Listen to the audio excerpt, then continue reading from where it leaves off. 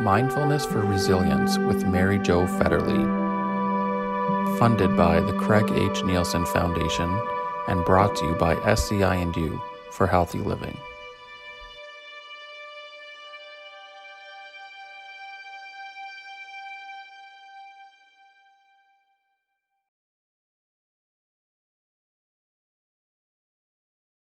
For some of the touchstones of things that we really want to remember as we start to develop a mindfulness practice. And the first thing is the attitude really that we bring to the practice. And we've discussed this a few times before, that there's sort of this pernicious tendency and habit for a lot of us to be really hard on ourselves and to be judgmental, and also to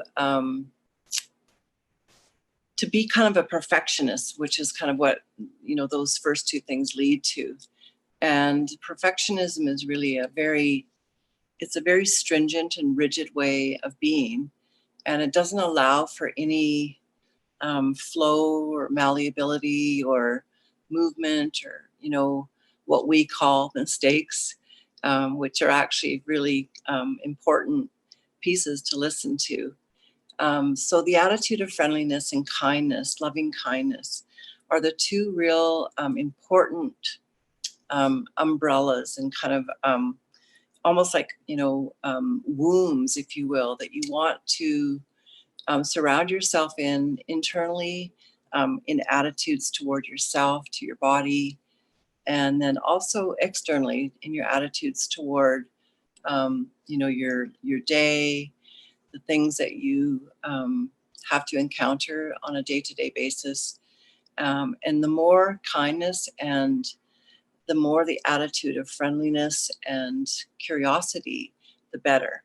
The better the result for you, the better the result for whatever it is that you're encountering, either be it your own internal body sensations or things that you meet in your life throughout your day. So loving kindness, an attitude of friendliness, and this curiosity and this inquiry.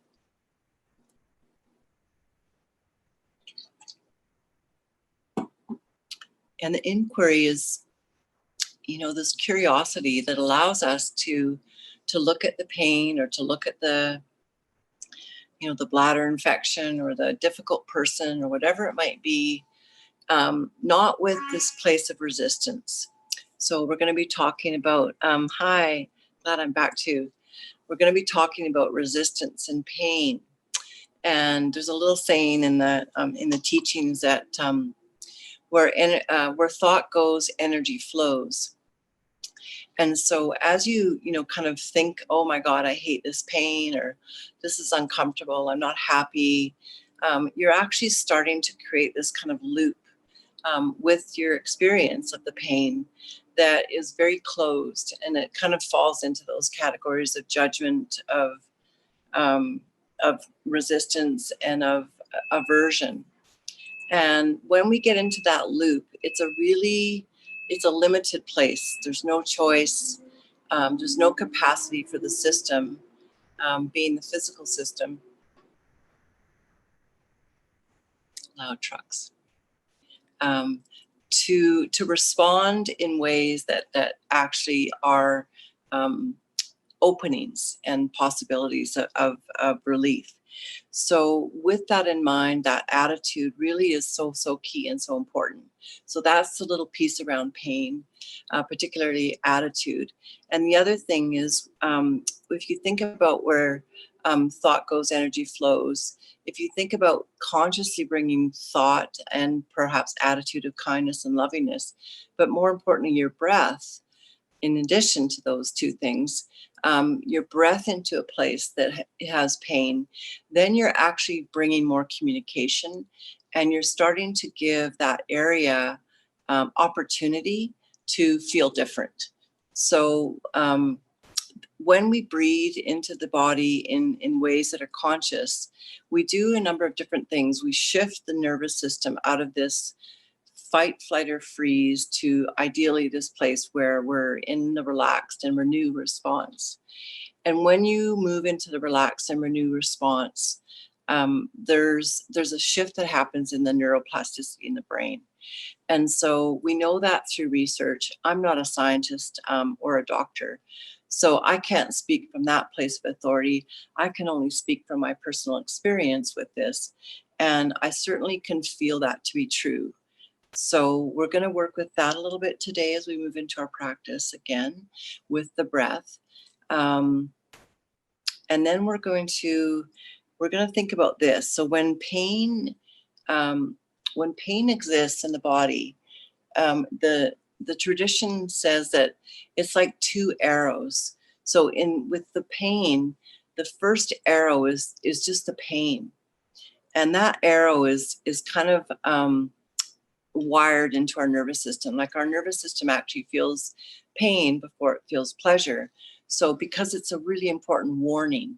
And so with that, we get the warning, we get, oh, okay, I have to move, or I need to shift my position, or I should pay attention to my bladder. It's doing weird things. It doesn't feel good. I need to drink more water. Whatever that indication might be, if we pay attention to it and we listen, that's really the reason why pain is loud. But the second thing that happens with the second arrow is that we then get an opinion about it. So we then have a judgment or an opinion. Oh, this again, or oh, I don't like that, or oh my God, this is going to be uncomfortable, or oh no, people are going to, judge me because, I've got another infection, or whatever that opinion might be is the second arrow. So, and in the tradition, it's called, the first arrow is pain. It's clear, it's a message, and we can respond. The second arrow causes suffering. So if you think about it this way, pain is part of the living condition, but suffering is optional. So it's not to belittle our suffering, because suffering is not fun and it's real, but it's to say that we have a mechanism where we add to the suffering, where we add kind of ammunition to that capacity of the body to look at pain through kind of giving it this opinion about a whole bunch of different stuff that might be loaded, which is also partly maybe leading us down a pathway where we feel victimized by it. And so in mindfulness, we're ideally coming to a place where we're actually detached. We're not victimized by it.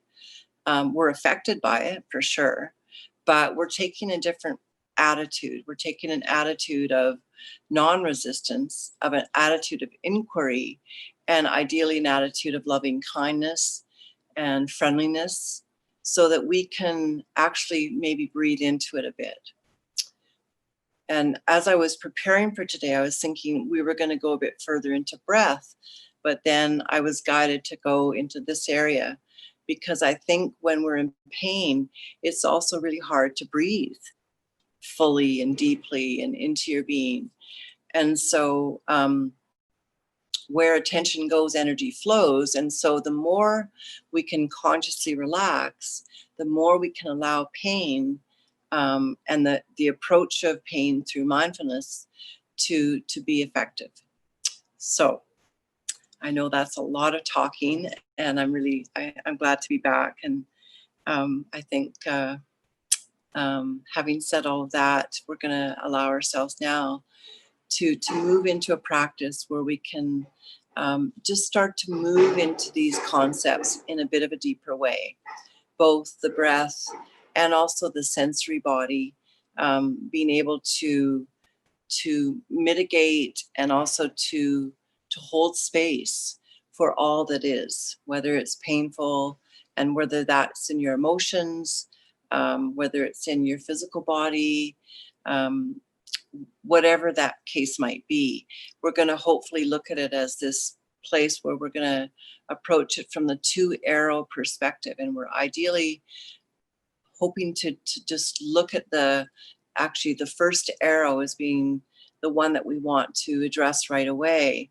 And if we move into the opinion about the arrow, or the judgment about the suffering or the judgment about the pain.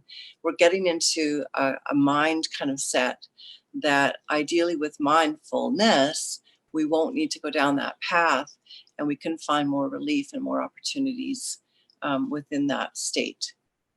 So let's get ourselves ready by just adjusting your seat and finding a place where you sit with dignity and grace and calm.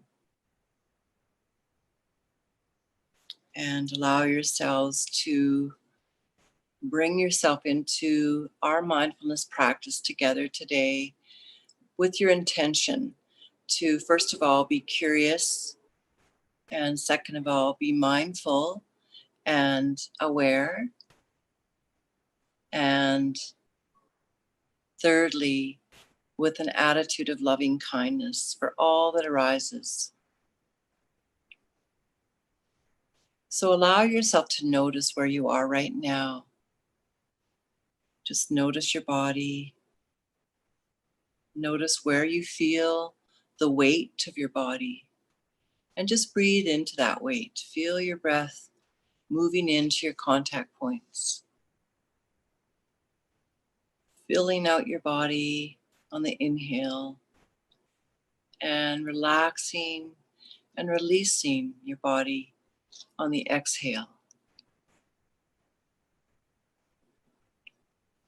And allow yourself to repeat that a couple more times. Taking a full breath in, feeling the breath moving, noticing your sensations of where you feel your breath.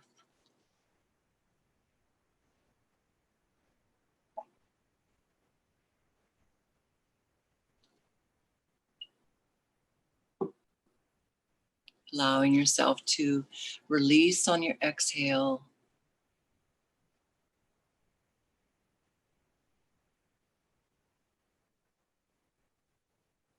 And giving spaciousness to your sensory body as you become the observer of all that is right now in your living being.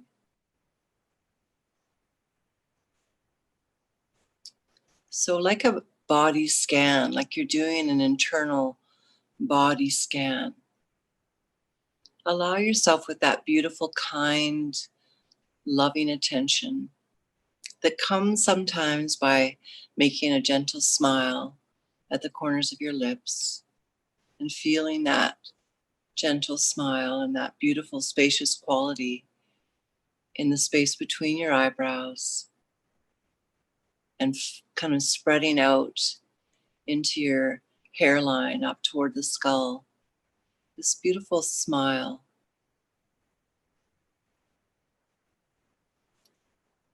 And allow yourself to bring that sense of the smile with your breath, with your conscious breathing, to your whole being right now.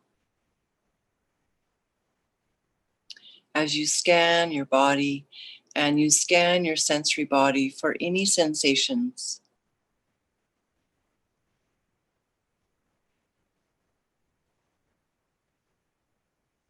You may notice places that don't feel great. You may notice, oh, that my eyelids and my cheeks are fine. You may notice that as you breathe in, you can fill into the quality of your body's awareness.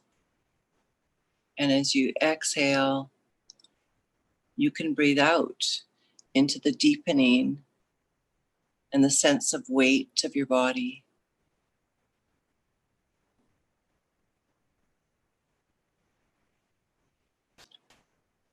Noticing your senses now, taking it all in. What's your mood? How's your heart? Relaxing and softening the space between your brow.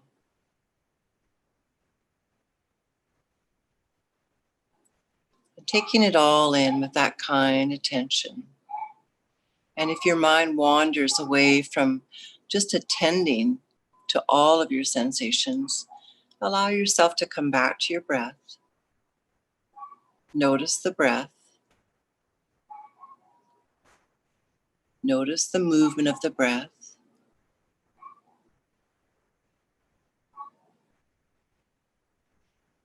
Perhaps feel the expansion and the contraction of the breath.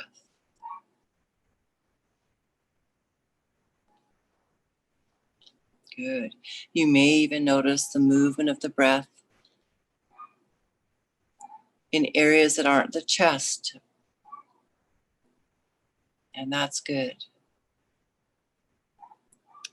And now I'm going to invite you to count 5 breaths. So at the end of your exhale, you'll count 1 and then go all the way up to 5, just attending to the rhythm, to the movement. Perhaps even you hear the sound of your breath, attending to all of that as you move from 1 to 5.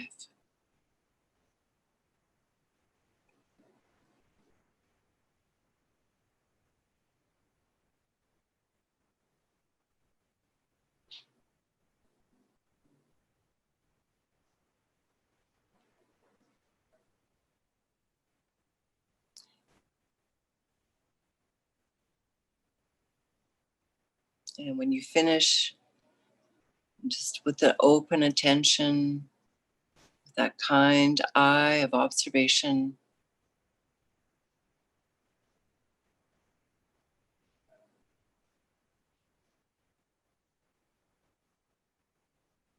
coming back to all of your sensory body, listening for the sounds,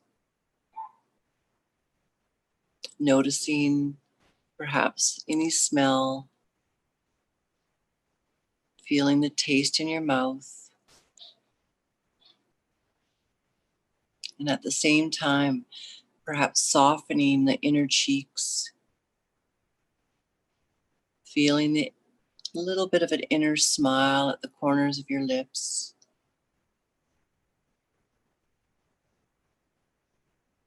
Relaxing the back of your throat.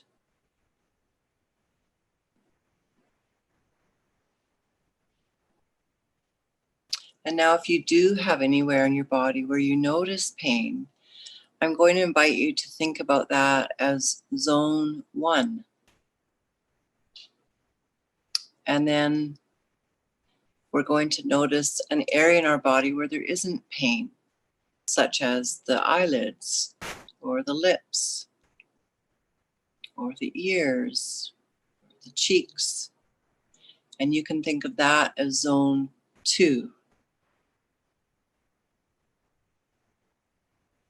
So as you breathe your next 5 breaths, counting your breath, I'm going to invite you to breathe your beautiful loving kindness and awareness into the area that you call zone 1. And just breathe into that area for the count of 5 breaths. And if it feels like too much, then you're going to move to zone 2 with your awareness, still breathing your 5 breaths. So inhaling and exhaling, counting 1, breathing into your area that's not feeling great, that's zone 1. And if it feels nice to do so, continue all the way up to 5.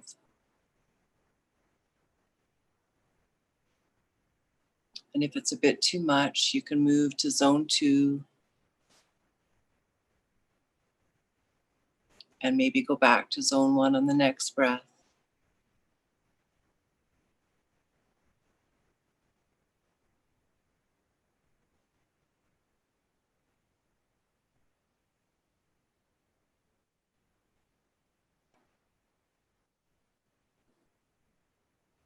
As you're breathing into a place that has pain, consciously giving it loving attention, remember that we may get, distracted by our thoughts about our story around that pain. So just gently Just like a puppy, bring yourself back. It's okay. Come here. Come back here to the breath.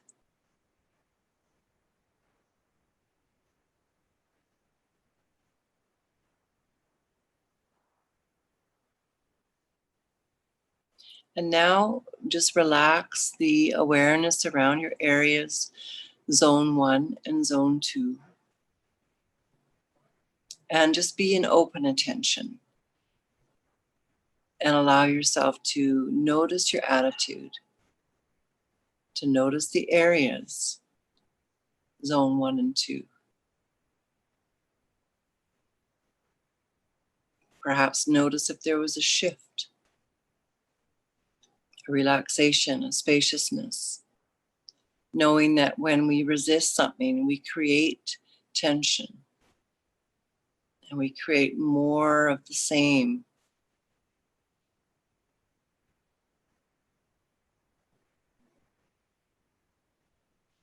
And now allow yourself with loving kindness and that beautiful smile, the inner smile of love and of just acceptance, to really just wave that through your whole being, feeling it first at the outer corners of your eyes, feeling it then at the center of your brow,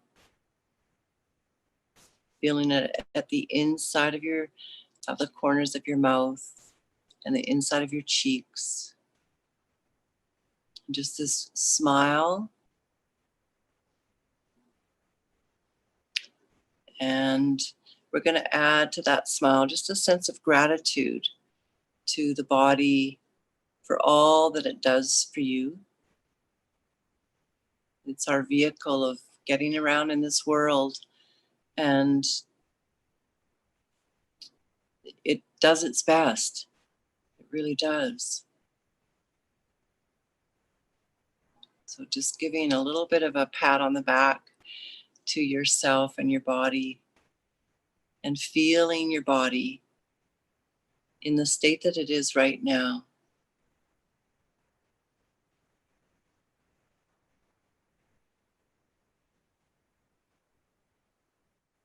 And then we'll do 5 more counted breaths.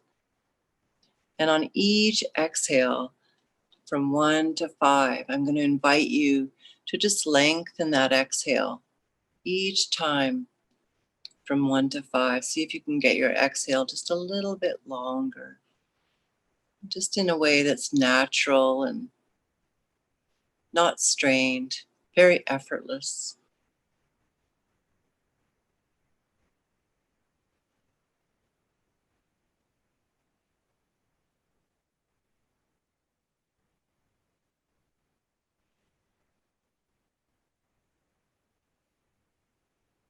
Effortless attention.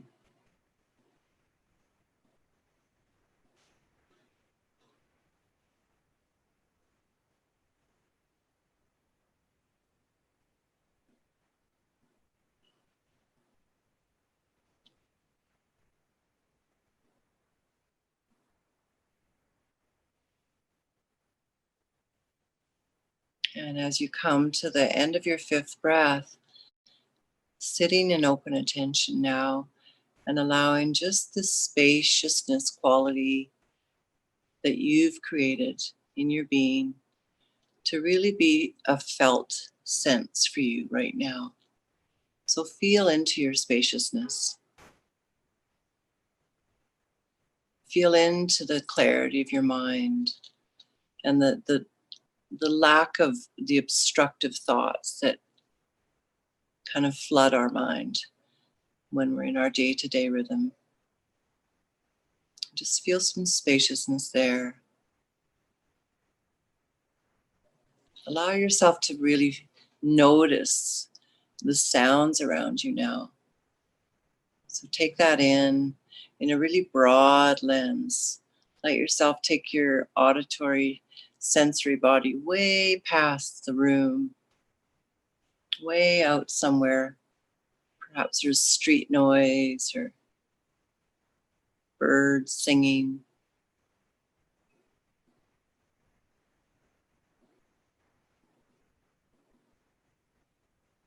And just appreciate the vastness of your being to be able to do that. Your sensory body kind of being way out there somewhere else while you're sitting in this beautiful depth of your physical being.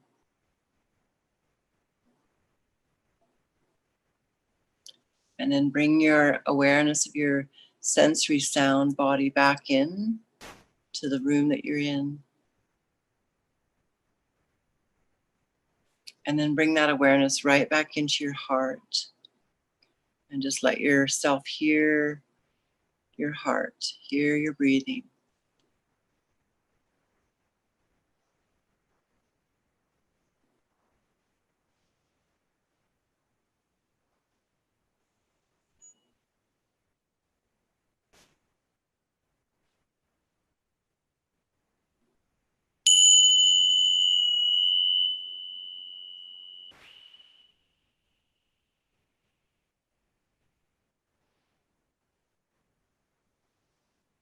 And as you come back, I like to remind you to just come back slowly, just like a newborn, rather than kind of, pulling them out with the forceps. Let this be a bit of a canal for you to just, come back into presence that is in the outside waking world. And when our attention isn't behind our closed eyes and it moves out here into this visual field, just take it all in for a moment. And feel like that, sort of that presence of your awareness of this neutral, very kind of calm being is still right here. It's still right here, even though you're coming out into the visual physical world that we live in.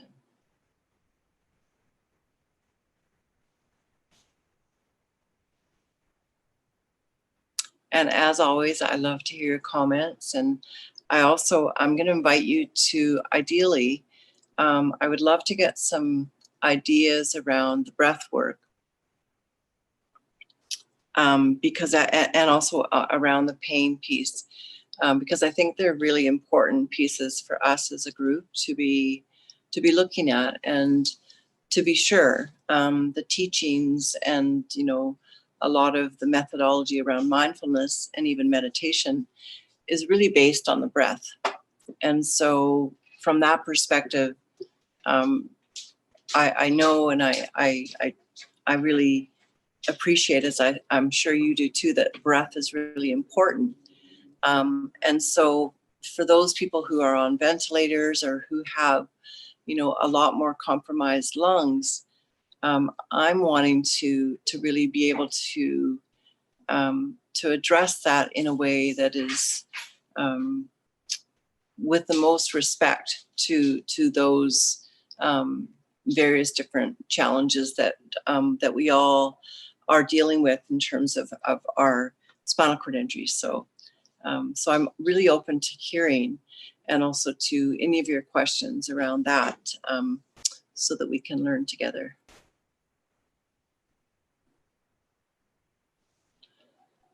So Christina, you're talking about muscle pain. I didn't quite see the whole comment. Maybe Sonia, can you read me that one? For sure. So it says, I've been having a lot of muscle lower back pain, and it seems like everything I try to do in day to day turns out ending up in pain. Okay. So how did that feel to do mindfulness and bring some awareness to it today and create kind of two zones where your lower back or the area of pain is zone 1, and where a part of your body or a place in your body that is pain-free, such as here, or, somewhere where you have sensation and where you don't notice pain, is zone 2. How did that work for you, Christina?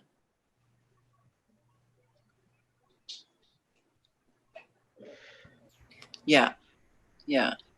So it sounds like zone 1 is really loud, Yeah. Yeah. So, and that's very normal. So, but I would suggest, did you notice any difference when did you use the both zones? Yeah. Okay. But And when, zone 1 is way noticeable. okay. And how was zone 2 when you went there? Zone 1 was taking over. Okay.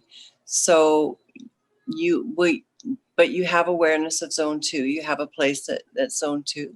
Yeah. Okay. So what I would say is you need to kind of move between the two of them for the next little while you're practicing on your own, and really cultivate this sense of loving kindness and awareness about your attitude when you're at zone 1. So invite, if you will, zone 1 to tell you what it needs. And when you go to zone 2, allow yourself to take space and to feel what it feels like to not be in the state that you're in when you're in zone 1.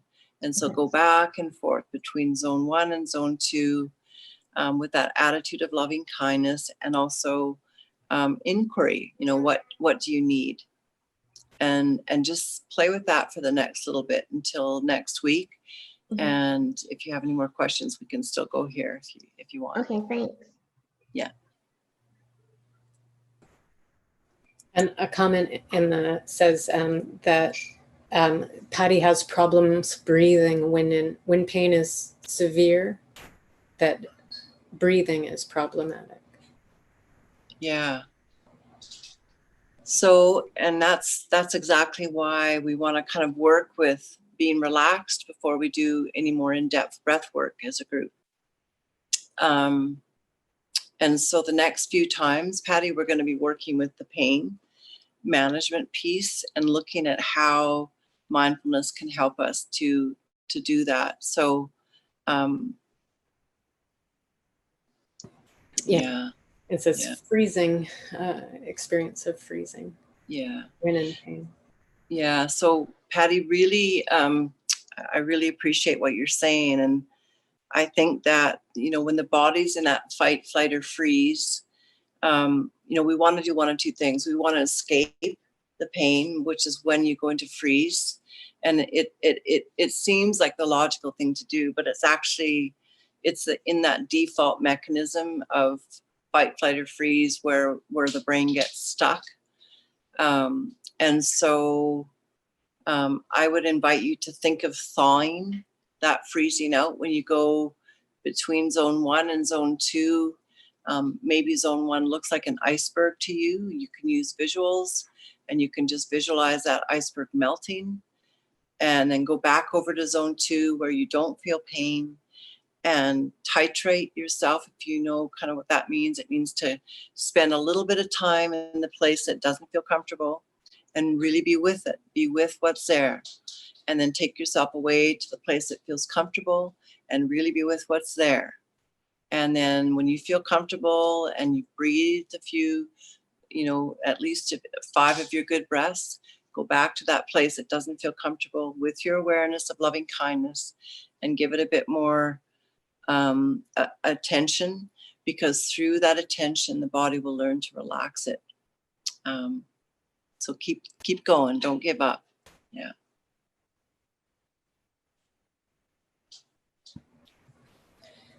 Thanks, Mary-Jo. Yeah, you're welcome.